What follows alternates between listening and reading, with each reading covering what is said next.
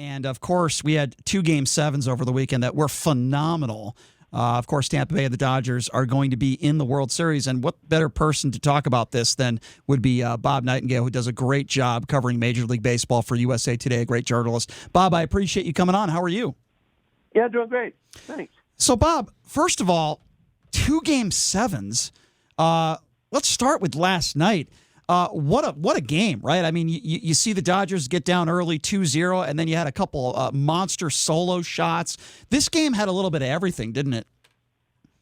Yeah, it was a good game. I mean, obviously, Mookie Betts, robbing a home run. Yeah. The base running error. Those 2 things cost Atlanta a chance to go to the World Series. But, yeah, very entertaining game. And then we look at Tampa Bay, and obviously this is a team that has had a great season. And you look at what they have accomplished, yet they're down in the series. And the way they handled Game 7, I thought, and just taking care of business, I thought another phenomenal game, and I'm sure you would agree, a very deserving team to be in the World Series. Yeah, very deserving. I mean, the Rays are outstanding. I mean, they had like 9 Gold Glove winners in the field, like Dusty Baker said, and play the game hard, play the game right. A fun team to watch. They don't have the big-name superstars like the Dodgers, but very good team. Go ahead, JD. Do you think that Randy Arozarena can keep up? I mean, he's had 6 home runs or 7 home runs and 10 RBIs in the postseason alone. He's a rookie. He was with the Cardinals. He finished the season kind of strong, but what this guy has done in the playoffs is unprecedented. Do you think he can continue that against the Los Angeles Dodgers? I don't. And the only reason I say it is because usually the stars, get shut down, or the big boys, because of scouting reports and everything else. Dodgers are a very, very smart front office. I think they'll find a way to shut him down. Somebody else may step up, but I can't believe that he'll continue this. I really can't. So, Bob, from a gambling perspective, of course, we're here in Las Vegas. Most books in town have the Dodgers at around a 2-1 favorite to win this series. Do you agree with that? Because I looked at that and I said, yeah, that's probably about right. I think if they played, 50 games, I would say the Dodgers would probably win at least 2 out of every 3. What do you think about that? Do you think the Dodgers should be a substantial 2-1 favorite in this series? I wouldn't go quite that high. I really want it. Maybe 160 or something like that. Remember now, this Dodger team's kind of beat up. I mean, they're only having 1 day off. The Rays are going to have that 2 days off, and the Rays bullpen isn't as beat up as the Dodgers. That's exhausting. That was an exhausting series. Mm-hmm. Yeah, you're right. Emotionally as well. So if the Dodgers aren't careful, they can find themselves in a hole early on. And remember, too, is the Rays pitching is lined up, with the Snell and Glass now. So, I think it'd be a much better series. I like the Dodgers to win it, but I would not be shocked at all, only mildly surprised, if the Rays won the World Series. I think these 2 teams a lot closer than people think. So, reading between the lines, do you think the Dodgers win in 7? Yeah, I might even say 6. But yeah, I'll pick the Dodgers. And let's put it this way: the Rays are a whole lot better than the Atlanta Braves are. We saw what the Braves did to the Dodgers. Yeah. So this is a good team, and they didn't really hit in this series against Houston. So those guys are due to break out some. Yeah. Arozarena was the big part of that. I mean, I think 41% of their runs have come from home runs. The rest of the Rays hit like 183 in that series. I mean, do you think that? I mean, you still have Buehler, you still have Kershaw. Urias has played very well. Gonsolin, May, they're playing fine. Is Kershaw hurt? I mean, and do you think that outside of Arozarena, that someone like an Austin Meadows might step up? Well, I can see Austin Meadows step up for sure. Zunino had a very good series from fantastic. Down below. Yeah, no question. He hit that towering home run. Lau at second base. Brandon Law, he had a terrible series, but yet I think as bad as he played, he's too good of a player, to keep going down like that. So I got to think he's got to step up. So no, I think it's I think it's be a fun series, particularly if the Rays can win 2 of those first 3. Yeah, let's talk about that. Let's start with Game 1 tomorrow night. Have they announced the starting pitchers yet? No, it should be.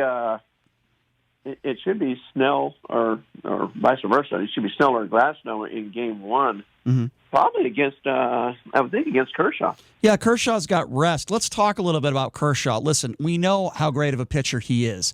With that being said, yes, a lot of people use the term choke. I don't like to use that term, but he's been a little unfortunate, I guess you could say, in postseason baseball in years past. I kind of get the sense, and maybe you could tell me if you think I'm wrong on this, I get the sense he's going to get over the hump in this series. I think he's going to perform very well, and I think he's finally going to get over that hump. And a lot of people like to say, he chokes in postseason.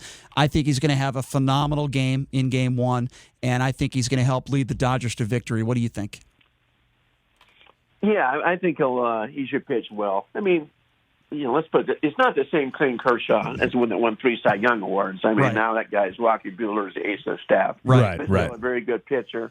And hey, without the fastball that he's had, it makes it tougher. You can ask Greg Maddux. I mean, Sure. there's no better pitcher of a generation than Greg Maddux. Mhm. Hey, Greg had some struggles in postseason. Nobody called him a choker. It's just a different game. And sometimes the finesse pitching doesn't work as well as the big power pitching. Right. I think that's why John Smoltz had more success than both Greg Maddux and Tom Glavine, just because of that big fastball he had.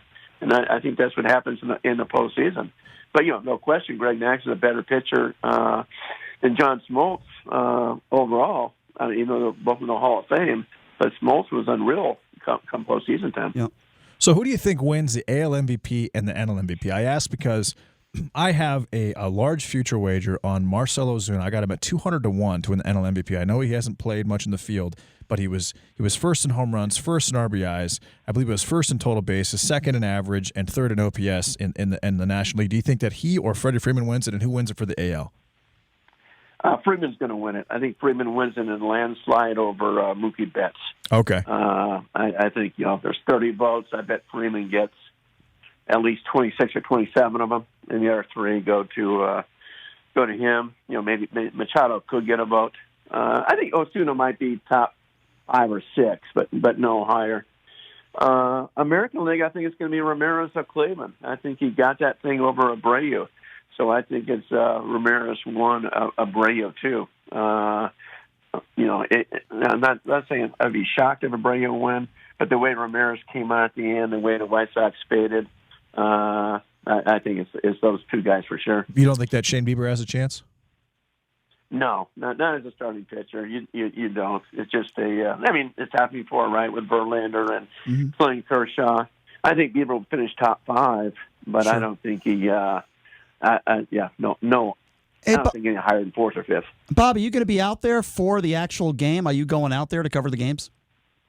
Yeah, I've covered 16 of them. So I was in San Diego for every single one of them, and Wow. I was in Texas last night. So I think I got a chance to set the all-time record. That's for incredible. games watched in one season. Bob, that's unbelievable. So, Bob, I was at the Raiders game in Vegas a few weeks ago, and I'm in this, empty, beautiful stadium in Allegiant Stadium, and I got to experience what it's like watching an NFL football game in person without fans. What has it been like for you to watch playoff baseball with little to no fans? I know they had some fans out there last night, and I get that. But, what is that like? In such a huge, this isn't Game 1, Game 2. We're talking about 2 Game 7s over the weekend. The place would have been rocking no matter where it was. What is it like to watch a Game 7 with little to no fans in these stadiums? Well, it was it's obviously very strange. You had a big, pipe crowd noise. And San Diego was loud. It was way too loud, piping that sound in. But, you hear the chatter from the dugouts. You hear the families. The families were loud in there. You heard that. So it wasn't as awkward as just, nothing. At least you had the sound from the fake crowd noise and everything else.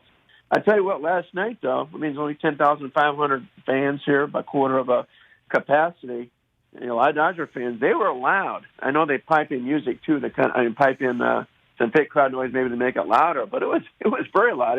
It sounded very realistic, to tell you the truth. Awfully realistic. Yeah, they're doing that. Obviously, they did that with the NBA a little bit, and they're doing that with the NFL as well, and I don't have a problem with that at all. All I know is it's great to watch 2 Game 7s, and I can't wait for the World Series tomorrow night. Bob, you do a fantastic job for USA Today, and we always appreciate it when you take the time to join us. Thank you so much. Really appreciate your time. Sure, my pleasure. Thanks, all right. guys. Take care. Thank you. Thanks a lot, Bob. That is Bob Nightengale, great sports journalist with USA Today. He's like